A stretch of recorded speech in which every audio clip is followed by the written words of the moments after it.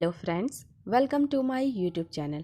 आज के इस वीडियो में हम इग्नू पीएचडी हिंदी एंट्रेंस के पाठ्यक्रम में संकलित महादेवी वर्मा द्वारा रचित अतीत के चलचित्र में बिंदा रेखा चित्र के परीक्षा उपयोगी महत्वपूर्ण बिंदुओं पर चर्चा करेंगे। तो आइए देखते हैं। सबसे पहले हम इसके पात्र को देखेंगे। बिंदा बिंदेश्वरी, पंडिताइन चाची, मोहन रुकिया। आइए इसके कथा वस्तु को देखते हैं। महादेवी वर्मा अच्छी कवयित्री ही नहीं बल्कि विशिष्ट गद्य लेखिका भी है। वे रेखाचित्र और संस्मरण लिखने में प्रवीण हैं। इनके रेखाचित्रों में संस्मरण की शैली भी पाई जाती है, अतः इनके रेखाचित्र गंगा जमुना का सुंदर संगम है। महादेवी वर्मा ने बिंदा रेखाचित्र में अपने बचपन की सखी की दर्द भरी कहानी की मार्मिक तस्वीर खींची है। बिंदा लेखिका के बचपन की सहेली थी। उसकी माँ उसके बचपन में ही चल बसी थी। उसके पिता ने दूसरी शादी कर ली, अतः बिंदा का बचपन सौतेली माँ की कठोर निगरानी और कठिन दंड संहिता में ही बीता।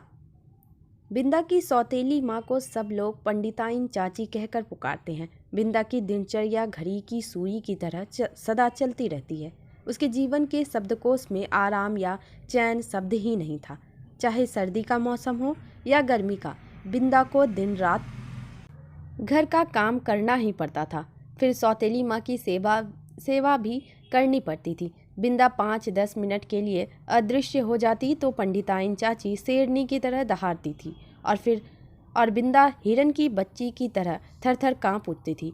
पंडिताइन चाची बात बात पर बिंदा को डांटा करती थी। इतना ही नहीं, वह बिंदा को भद्दी से भद्दी गालियां भी देती थी।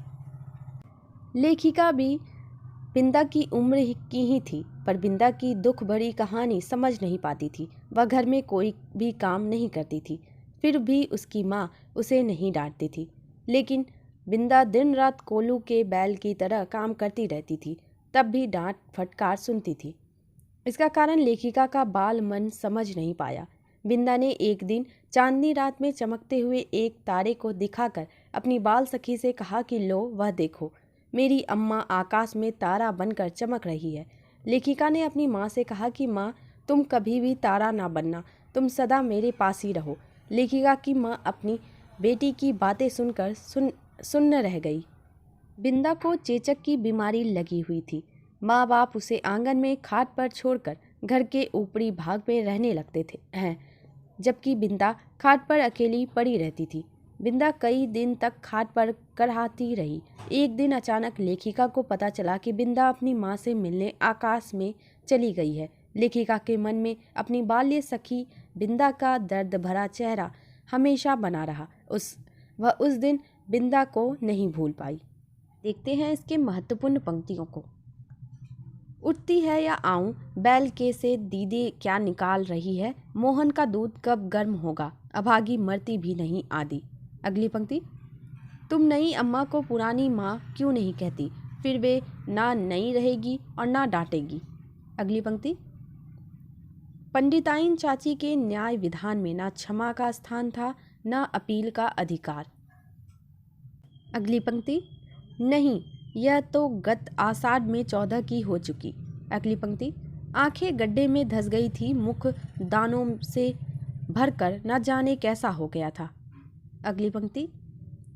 तब क्या उस घर में विवाह हो रहा है, और हो रहा है तो किसका। अगली पंक्ति। समीत सी खाली उस दुर्बल छोटी और अपने आप ही में सिमटी सी बालिका पर दृष्टि डालकर मैंने सामने बैठे सज्जन को उनका भरा हुआ प्रवेश पत्र लौटाते हुए कहा, आपने आयु ठीक नहीं भरी है, ठीक कर दीजिए, नहीं तो पीछे कठिनाई पड़ेगी। नहीं, यह तो गत आषाढ़ में 14 की हो चुकी। सुनकर मैंने कुछ विस्मित मात्र अपनी उस भावी विद्यार्थिनी को अच्छी तरह देखा, जो बालिका की सरल चंचलता से शून्य थी और 14 वर्षीय किशोरी के सल्लज उत्साह से अपरिचित। अगली पंक्ति।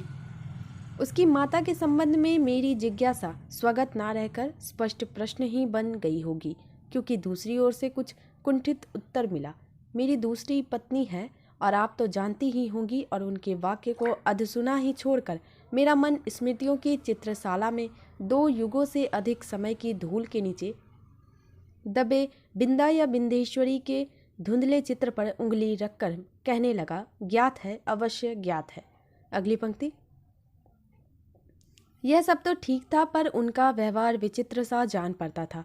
सर्दी के दिनों में जब हमें धूप निकलने पर जगाया जाता था, गर्म पानी से हाथ मुंह धुलाकर मोजे जूते और ऊनी कपड़ों से सजाया जाता था और मना कर गुनगुना दूध पिलाया जाता था, तब पड़ोस के घर में पंडिताइन चाची का स्वर उच्च से उच्चतर होता रहता था।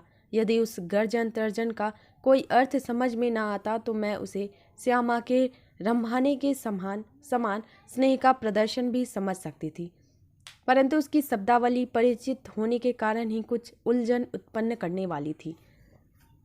उठती है या आऊं, बैल के से दीदी क्या निकाल रही है, मोहन का दूध कब गर्म होगा, अभागी मरती भी नहीं, आदि वाक्यों में जो कठोरता की धारा बहती रहती थी उसे मेरा अबोध मन भी जान ही लेता था। अगली पंक्ति। एक बार जब 2-3 करके तारे गिनते गिनते उसने एक चमकीले तारे की ओर उंगली उठाकर कहा, वह रही मेरी अम्मा, तब तो मेरे आश्चर्य का ठिकाना ही ना रहा। क्या सबकी एक अम्मा तारों में होती है और एक घर में? अगली पंक्ति। उसे मैं अपने घर में खींच लाई अवश्य, पर ना ऊपर के खंड में माँ के पास ले जा सकी, ना छिपने का स्थान खोज सकी। इतने में दीवार लांघ कर आने वाले पंडिताइन चाची के उग्र स्वर ने भय से हमारी सब दिशाएं रूंध दी। इसी से हड़बड़ाहट से हम दोनों उस कोठरी में जा घुसी जिसमें गाय के लिए घास भरी जाती थी। मुझे तो घास की पत्तियां भी चुभ रही थी, कोठरी का अंधकार भी कष्ट दे रहा था, पर बिंदा अपने जली पैरों को घास में छिपाए और दोनों ठंडे हाथों से मेरा हाथ दबाए ऐसी बैठी थी मानो घास का चुभता हुआ ढेर रेशमी बिछौना बन गया हो। फिर तो बिंदा को देखना संभव ना हो सका, क्योंकि मेरे इस आज्ञा उल्लंघन से माँ बहुत चिंतित हो उठी थी। एक दिन सवेरे ही रुकिया ने उनसे न जाने क्या कहा कि वे रामायण बंद कर बार बार आंखें पोंछती हुई बिंदा के घर चल दी। जाते जाते वे मुझे बाहर ना निकलने का आदेश देना नहीं भूली थी। इसी से इधर उधर से झांक कर देखना आवश्यक हो गया। रुकिया मेरे लिए त्रिकालद शीर्ष से कम ना थी, परंतु वह विशेष अनुनय विनय के बिना कुछ बताती ही नहीं थी, और उससे अनुनय विनय करना मेरे आत्मसम्मान के विरुद्ध पड़ता था।